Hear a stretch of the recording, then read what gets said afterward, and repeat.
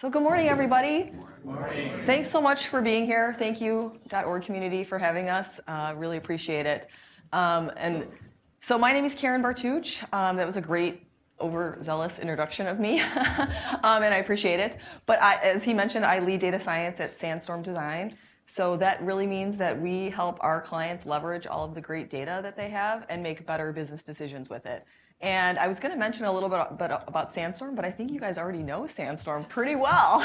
I saw Sandy's picture all over everything. So Sandy Marcico is the CEO and founder of Sandstorm. We're a digital brand experience agency here in Chicago. Amanda Heberg, many of you know as well. So good, you guys already have some good familiarity. So I'm happy to be here. This is my first year. I'm really excited. And I love associations. So I started my own association in 2009 and led it for 5 years. It was called the Women's Tactical Association. It was dedicated to females in law enforcement, so I love associations. Special place in my heart.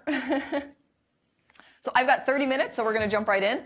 Here's what we're going to cover, and there's a screen here. Okay, I don't need to look back. Okay, getting used to it. So we're going to talk about just an overview, definition of customer service, and then how we actually measure customer service, and then I'm going to talk about 5 key trends in customer service. So we're going to take a jaunt back in history. So 1888, the telephone's invented, and then shortly after, in the turn of the century, switchboards are invented. So we've come quite a long way from that as far as customer service. Call centers in the 1960s, and this is actually a police call center from 1970, and I can tell you that they still look exactly the same today. Not much different. And then 1980s, that's when that awesome, not really interactive voice response came around where everybody's talking into the phone and getting not the right response back. And that is not me in the photo, although it does slightly look like me, and I'm positive I had that hair and jelly shoes. So fast forward to today, where cell phones and digital access are ubiquitous. And so that's really where the 24/7 world is coming in. So I'm also a bit of an academic, as they mentioned, and so I do like to start with definitions, just so everybody knows we're talking about the same thing. Not to insult you, I'm sure you guys know what it is, but I went to the scientific literature to pull what the exact definition of customer service is, and it's the assistance of advice provided by a company to those people who buy or use its products or services. So although we've come a long way, 20, 30, 40, 100 years, the fundamental definition is still the same. And that manifests itself in several different forms, depending on your industry or the type of association or company that you have. And it could be a call center like we showed, it could be the product, the service manual that comes along with the product, it could be brick and mortar, it could be your salespeople, it could manifest itself in your ads. But then that whole bottom row is all digital, and that's obviously what we see today. So it's email, it's online chat, it's your website, it's social media. And that's again where that 24/7 is coming from. So as I mentioned, Sandstorm is a digital experience agency. So we like to frame everything, a lot of things, in experience, customer experience, user experience. And so if we're to compare customer experience and customer service, here's what that looks like. So customer service, very reactive. It's a single point in time. There's some sort of problem that somebody needs some help with. But if we look at customer experience, it's very proactive. It's more prevalent. It happens across the board, not just at one point in time. And it's really part of the entire perception of the company. But then the things that bring it together are that it keeps customers returning, which we all want, members returning, and then it benefits both the customer and the company. So with all of that being said, I'm going to go ahead and say that customer service is customer experience, especially in the association world and a member and membership-driven organization. Customer service is customer experience, and that's how you're going to differentiate. And in fact, the research says that 2/3 of your company's competitive edge in the market is based on the experience that you deliver to your customers. All right, so that's a great definition, but how the heck do we measure customer service? It's a very nebulous concept, and how do we measure it? So again, I look to the scholarly research, and there's a model out there that some of you are maybe already using. It's called the ServQuality, and there's 5 dimensions on how you measure customer service. And this is where I need my notes for a minute. So we've got the tangibles, which is the physical location, things you can touch and feel. Your equipment, the appearance of the contact personnel, marketing materials, your website. Again, things that you can touch and feel. Then we've got the reliability, which is your ability to perform the promised service dependably and accurately. Responsiveness, your willingness to help customers and to provide a prompt service. And then assurance, the knowledge and courtesy of your employees and their ability to inspire and trust confidence. And then empathy, and this is where I feel like the airlines maybe don't do so well. It's your caring, individualized attention that the company provides to its customers. So people want to know that you understand their frustrations when it comes to customer service. And today, just merely satisfying customers is not enough. Customers are really expecting a high level of service. And so if we look at those measurements, if you're just meeting the expectation, the customer's going to be satisfied, which is like, okay, that's kind of table stakes. Everybody's doing that. But when you're exceeding the expectations and the customer's really happy, you're going to be delighting your customers and your members. And that's really where you want to be, is where you're actually delighting people. And they want to come back. They want to come back and speak to you. They want to come back and buy more things or have that experience again. And in fact, people actually pay for a better experience, but they don't always get it. So the majority of people, 86%, said that they will pay for a better experience, but only 1% feel that vendors actually deliver that. So why do we care about customer service? I mean, it's sort of intuitive, but again, looking to the scientific research and what that says is that when you have a satisfied member, it's going to lead to more recognized value and that competitive advantage. As we said, 2/3 of your competitive advantage comes from that customer experience. You're also going to have member retention and loyalty. And then, of course, which we all like, increased revenue and profitability.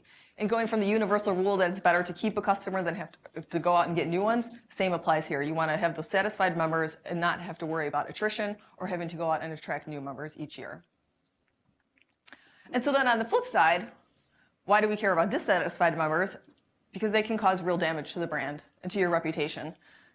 And they could also decrease your revenue and profitability. And in fact, when someone is dissatisfied and they make a complaint, they are likely to tell word of mouth 9 other people. And this is again from the scientific research. And this is an actual complaint, by the way, from a travel website. Somebody went on and complained about their vacation that the beach was too sandy. I'm not sure what somebody was supposed to do about that, but that was an actual complaint. That's why I kept it on there. I thought it was kind of cute. But so they'll tell 9 other people word of mouth. But then if you think about the digital aspect of that and online and reviews, that's infinite. That number's infinite. And there's no going back really from that. And so there is some good news though. So, because you can't always keep all the customers happy all the time, and there's going to be sometimes issues. You can recover. So if you have a dissatisfied customer, you do a good job and convert them to a satisfied customer, fix the sand, I'm not sure how you do that. They will go on to actually tell 5 other people about the great service that they received, and they're more likely to come back actually than a non-complainer. So sort of interesting, and that's from the scientific research. Okay, so what's trending? So this is great because Tom, my friend, teed it up pretty well on some of the things that he mentioned. So we're going to talk a little bit about chat. Chat's where it's at. Social media with a twist. Okay, Google. Machine learning and AI. And then we're going to talk about data, which is my favorite topic. Okay, so chat is where it's at. And so I know chat may not be on the scene in the association space just yet, but it certainly is prevalent in many other places. And perhaps many of you have actually used chat as far as customer service. Anybody use chat? Okay. Anybody like chat? Okay, good. Yeah, I like it. So I've had a good experience. So the one that I always think of as far as a good experience with chat is on Fabletics. So buy my workout clothes from there. But if you go to their customer service page, these are the options that they give you for customer service. So they've got Facebook, live chat, or phone. And so I want the quick answer that's unobtrusive to what I'm doing. So I'm going to go to chat for my customer service. And they have live agents. They don't have bots. So that's, I think, also a differentiator. And so again, customers are preferring the chat method because they're getting immediate answers resolved on the spot. So something that could take days over email and misinterpretation, and you don't have that immediate connection, can take days, where this can take just 5 minutes. And it's very conversational. You can carry on with other things. It's very easy to do. And then looking out and above the customer service aspect of it, you also have the opportunity to close sales. So people that engage with the chatbot, 6.5% of them will actually go on to make a purchase. And that's higher than the typical conversion rate of 3%. But I warn with the chatbot or with chatbot that you cannot forget the human touch. So the Fabletics agents are actually live agents, and I think that's why it works so well. Many companies are trying the chatbots, and that's where I think customers get very frustrated because they don't get the right answer, and sometimes that doesn't even make sense the way they're doing it. So I caution as far as that, but definitely the live agent, and I think limited hours, although we're talking in a 27 world, you could do some combination of the two. But with the limited hours and a live agent, I think that's a good way to dip your toe in the water as far as customer service with the chat. And so if we look at the customer service ratings, the ones for chat are far exceed all of the other support channels. So it is the preferred method.